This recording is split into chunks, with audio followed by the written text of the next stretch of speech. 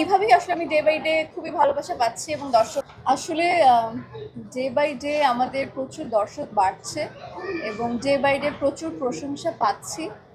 এটা আসলে আনএক্সপেক্টেড ছিল, কারণ আমরা খুবই আমরা জানি না, আমি খুব টেনশনে ছিলাম। এটা আমার সেকেন্ড ফিল্ম এবং দর্শক কতটা আমাকে পছন্দ করবে, গল্পটা কতটা পছন্দ করবে, কিভাবে নেবে, এতগুলো ফিল্ম একসাথে আসছে এই ঈদে। তো সব কিছু নিয়ে টেনশনটা থাকাটা খুব স্বাভাবিক, কিন্তু দর্শকের ডে বাই ডে যেই পরিমাণে আমাদের দর্শক বাড়ছে, শো বাড়ছে, হাউসফুল হচ্ছে। আমি আজকেও দর্শকের সাথে বসে কিছুক্ষণ সিনেমাটা উপভোগ করেছি এবং শেষে তারা যেই পরিমাণে আমাদের সকলকে প্রতিক্রিয়া জানিয়েছে, এত পজিটিভভাবে তারা কথা বলছে, প্রশংসা করছে এবং গল্পটা তারা বারবারই একটা কথা বলছে যে আগে কেন আসেনি।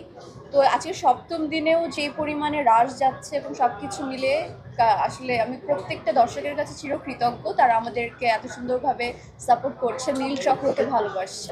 একটু যদি বলেন যে আসলে নীল চক্রের যে আপনি বলছিলেন যে দিনান্তরে আসলে দর্শক বাড়ছে, এই যে নীল চক্রের আসলে শক্তিমত্তার জায়গা কোন জায়গায় যে আসলে দিন যাচ্ছে আর এটা দর্শকটা বাড়ছে?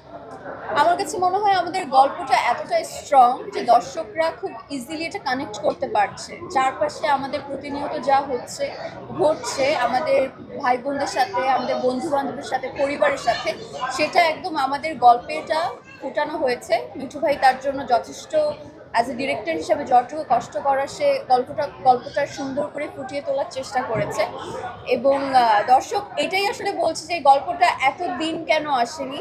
সবাই বলছে এই গল্পটা পরিবার নিয়ে দেখার মতো, কারণ প্রচুর পরিমাণে যত দিন যাচ্ছে আমাদের যত মুঠোফোনের মাধ্যমে আমরা কখন কি করে বসে আসলে আমরা নিজেরাও জানি না।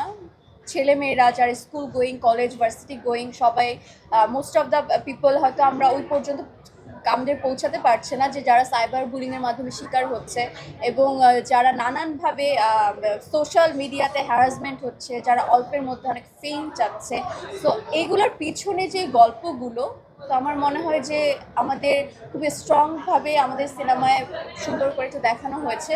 আর সবাই বলছে যে ছেলে মেয়ে নিয়ে, পরিবার নিয়ে আমাদের সিনেমাটি দেখা উচিত। তো এইভাবেই আসলে আমি ডে বাই ডে খুবই ভালোবাসা পাচ্ছি এবং দর্শকের প্রতিক্রিয়াও পাচ্ছি। তো আশা করি আরো বহু দূরে এভাবে এগিয়ে যাবে। অনেক দর্শক মন্দিরের সৌন্দর্যের বাহবা দিচ্ছে, কি বলবেন, কেমন লাগছে? দর্শক আমাকে অনেক বেশি ভালোবাসে আসলে, এই জন্য মনে হয় অনেক বেশি প্রশংসা করে ফেলে।